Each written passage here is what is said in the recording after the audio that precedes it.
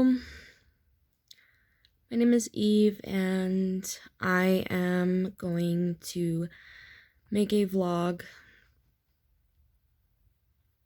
as far as everything goes. I don't really know where to start, how to do any of that. I have an Android, so I have no technology or anything. But I figured that I can talk, and just kind of vent. Even if it is kind of pointless rambling that makes absolutely no sense or gets me dislikes or gets me, resentful comments. And I had to take a couple videos down prior to this because it had caused some controversy related to things that I couldn't have because I need to make a living. Unfortunately, I live in an economic state of depression, if you will, not just economically, financially wise, but mentally and emotionally as well, figuratively speaking. I decided that I was going to talk, just kind of ramble about things. So I'm 29 years old and I live in a small town. I wasn't born in a small town. I was born in a way bigger place than this.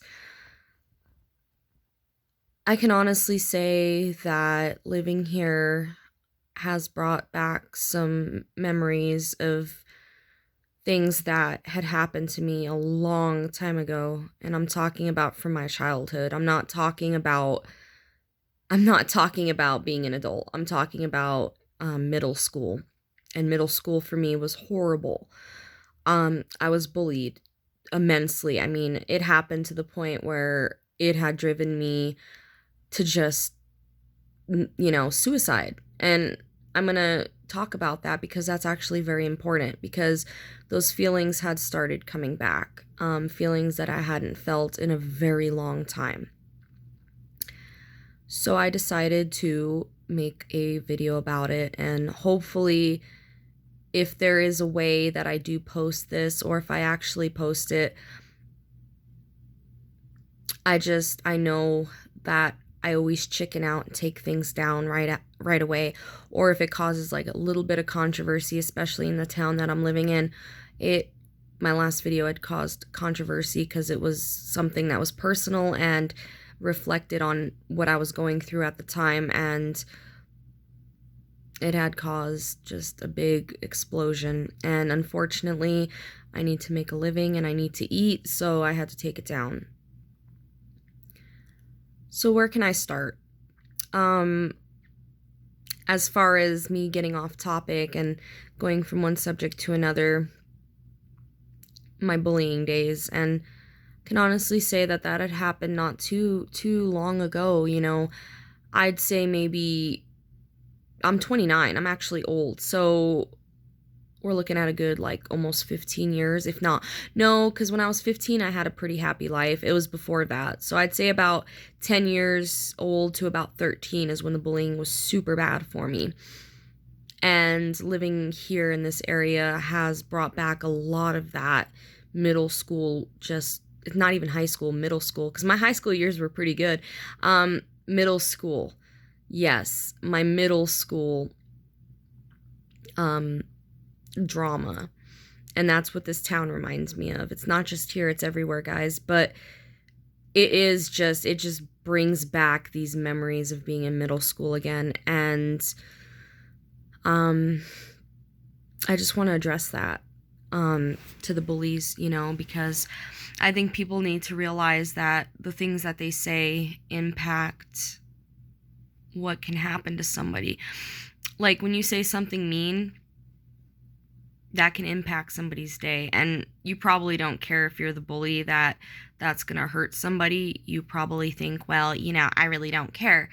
But if you think about it, guys, it hurts. And do you really want to be responsible for somebody taking their own life? come on. I mean, do you really want to be responsible for that? Because that's what happens when you bully. I'm not going to go into detail about a personal experience or what had happened recently as far as bullying had went, but it had resulted in somebody's death. And it just seems like it happens more and more frequently. I know a lot of people old childhood friends are coming up to me or messaging me saying, yeah, such and such passed away, or things like that. And it happens because of bullying. That person that you're bullying has nobody to turn to at the end of the day. They have to go to sleep and pretty much live with themselves. So they're living with that resentment that you had sent on them, and those things that you had said had impacted them to where you don't know what they're gonna. I mean, I know a lot of people don't care about other people's lives, but it is very important to care because this impacts people every day. And people, we are losing people more and more frequently because of it.